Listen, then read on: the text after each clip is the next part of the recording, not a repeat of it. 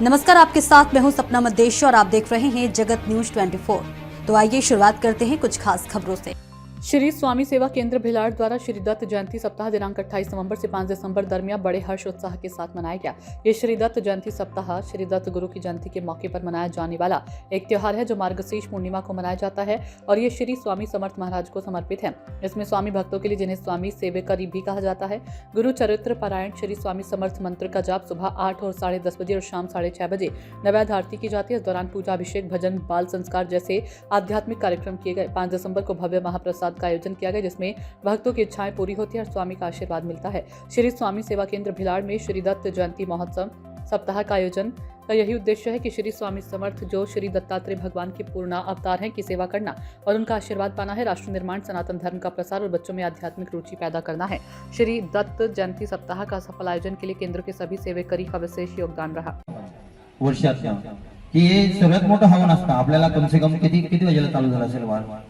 3-3.5 तास लागले आपल्याला, मध्येच आपला आरतीचा टाइम झाला होता। तर हवन साठी मी जे प्रत्येकाला म्हणतो की आपण एक मूठ तांदूळ आणा, एक मूठ साखर आणा, एक मूठ गहू आणा, एक मूठ पांढरी तीळ आणा। आता याचं कारण काय की गहू जे आहे ते आपल्या अन्नपूर्णा आपल्या घरात टिकून राहते।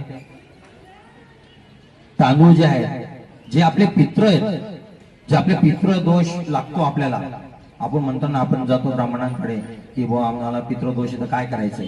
आता पितृदोष असल्यामुळे मग आपल्याला सगळे सेवा लिहून देतात की तुम्ही नवचंडी याद करा किंवा नारायण नाग बली करा। हे सगळे आपल्याला पितृदोषाची सेवा करायला होतात। मग ह्या माध्यमाने आपण काय करतो की हवन, आता हे स्वामी चरित्र हवन, देव का आपल्याकडचे सगळे दुःख आपल्याकडे घेत राहतात म्हणून आपण ती सगळी सेवा करतो। स्वामी चरित्र हवनच्या टायमाला आपण जे म्हटलं, गहू अन्नपूर्णा आपल्या घरात टिकून राहते, तांदूळ जे आहेत ते पितृदोष दूर होतात, साखर जे गोडवा असते, जे बाहेरच्यांशी आपल्या घरात जे दुःख असतात, वाईटपणा, कडूपणा असतो, ही साखर आपण त्यात टाकतो।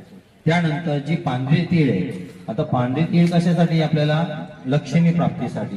आता मग म्हटले की लक्ष्मी प्राप्ती। ऐसे ही अपडेट्स के लिए देखते रहें जगत न्यूज 24 और हाँ, हमारे चैनल को लाइक, शेयर और सब्सक्राइब करना बिल्कुल ना भूलें।